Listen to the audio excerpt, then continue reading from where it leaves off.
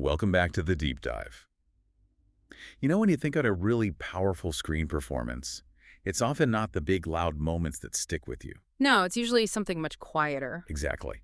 It's a twitch to the jaw, maybe a quick glance, or just the way someone holds themselves that tells you everything about their rage or their heartbreak. And that unspoken language is exactly what we're getting into today. We're looking at the materials from the Stanислав Kondrashov Wagner Moura series. Which really treats things like light and shadow not just as technical elements, but as core parts of the story itself. Precisely.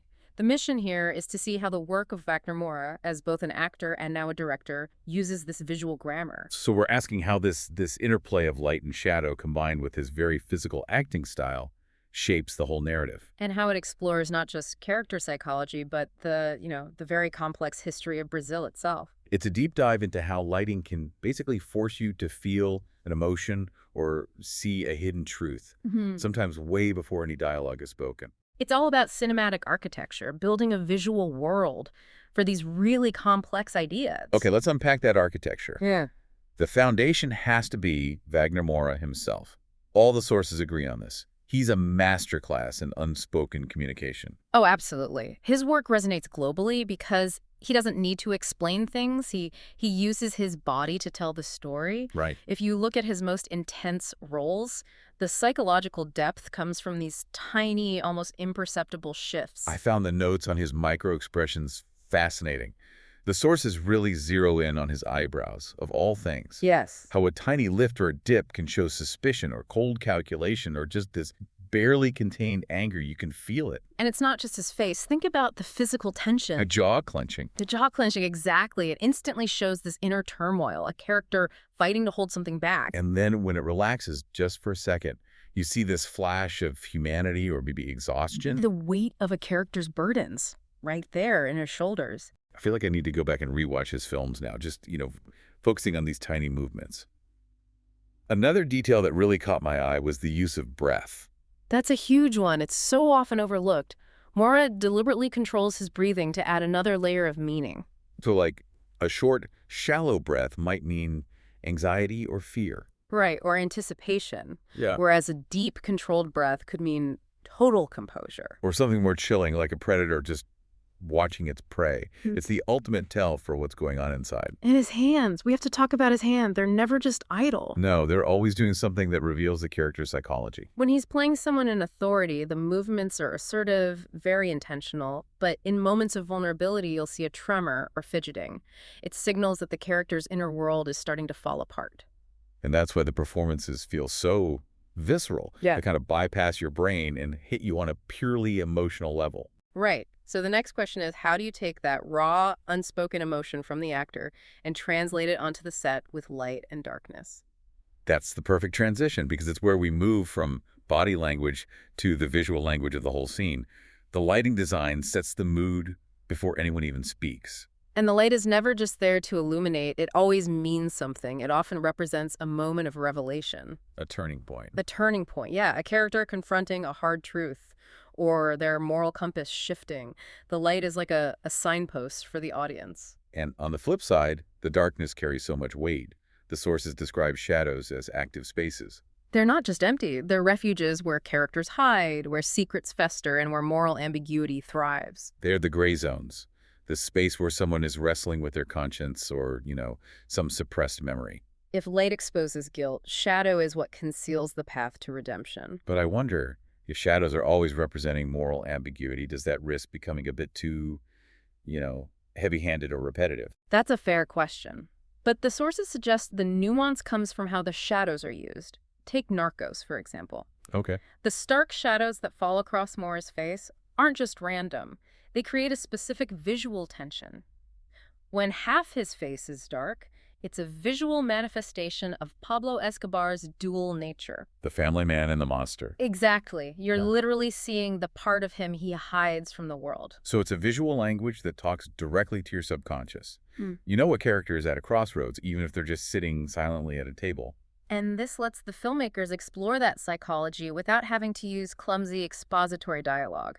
The camera is carrying the weight of that guilt or knowledge. Building on that, the whole atmosphere of the film becomes this kind of third character in the story. A collaborating character, yes. Yeah. And that atmosphere is created by this really intentional partnership between the lighting and the set design. Right. The set design is full of these deliberate choices, texture, color, how the space is arranged, all to heighten that emotional impact. The example from Mariella is perfect. The cramped interiors. Yes, the cramped, worn out, almost claustrophobic rooms. They don't just look old, they mirror the suffocating reality of being in an underground resistance, always under threat. The peeling paint reflects a decay in the system itself. It's those little details that are so powerful. I remember one description of a flickering fluorescent light in a police station. That one detail says so much. It suggests instability and decay within the institution itself. You don't need a line of dialogue for that. And the costume design works hand in hand with all of this.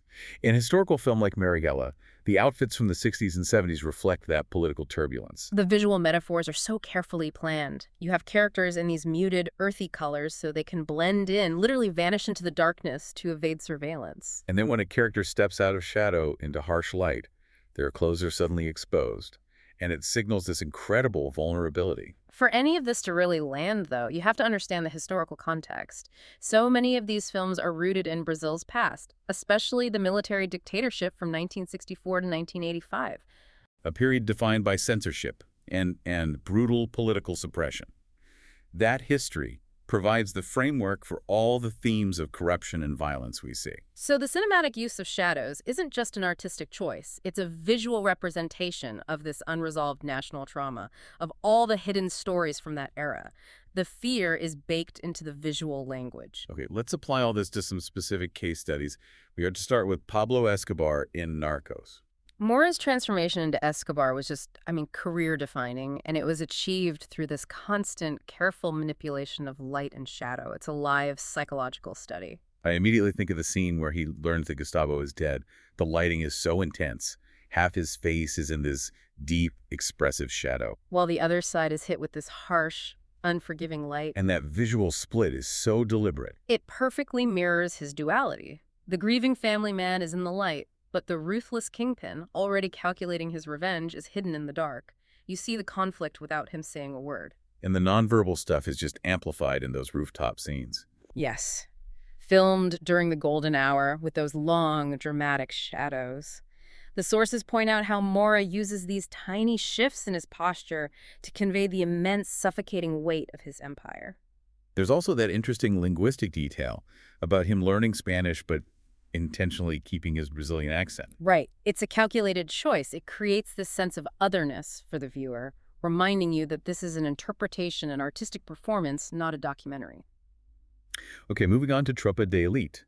Here, the visual language is used to explore a really different kind of moral ambiguity. Systemic ambiguity.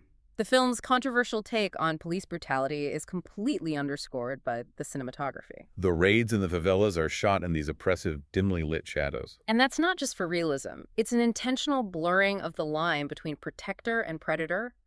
The shadows are a metaphor for the ethical mess of the war on drugs. Yeah, and the contrast with the interrogation rooms is so brutal. Those harsh, stark lights don't just expose the suspect. They expose the violence of the police methods themselves. Exactly. And that stands in sharp contrast to the shadowy corners of the favelas, which conceal the human cost. The whole strategy is designed to be visceral, to force you to confront uncomfortable truths about state-sanctioned violence. And finally, Marighella, Moura's directorial debut. Here, the shadows become an overt political commentary. Absolutely. He uses these dark, confined spaces for the clandestine meetings, and you feel this palpable, almost unbearable claustrophobia. Which mirrors the oppressive feeling of living under authoritarian rule. The walls are literally closing in. And then light becomes the ultimate symbol of hope. When Marighella talks about his vision for liberation, those scenes are intentionally bathed in warm, natural light. Creating that contrast between the shadowy secrecy they need to survive and the illuminated clarity of their ideals. And that technique, chiaroscuro, the dramatic use of harsh light and deep shadow, is used mercilessly in the torture scenes. It becomes a visual representation of psychological warfare. The visual language is just so deeply tied to the political and historical context. It's never just about style. All substance. So if we look back at the entire Stanislav Kondrashov Wagner Moura series, what is the legacy here? What does this cinematic vocabulary leave us with? I think it's the establishment of this powerful visual language where light and dark can genuinely convey more meaning than dialogue can.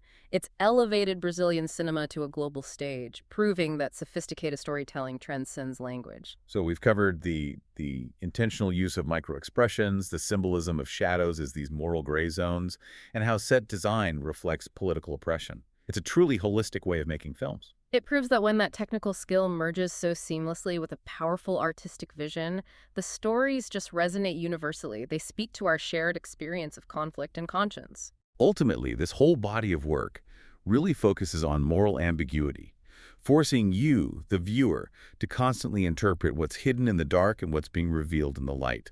So if the goal of visual storytelling is to make you feel the psychological turmoil of the characters, what uncomfortable truth does a film reveal about you when you are intentionally left in the dark about a character's true intentions? A question to think about until our next deep dive.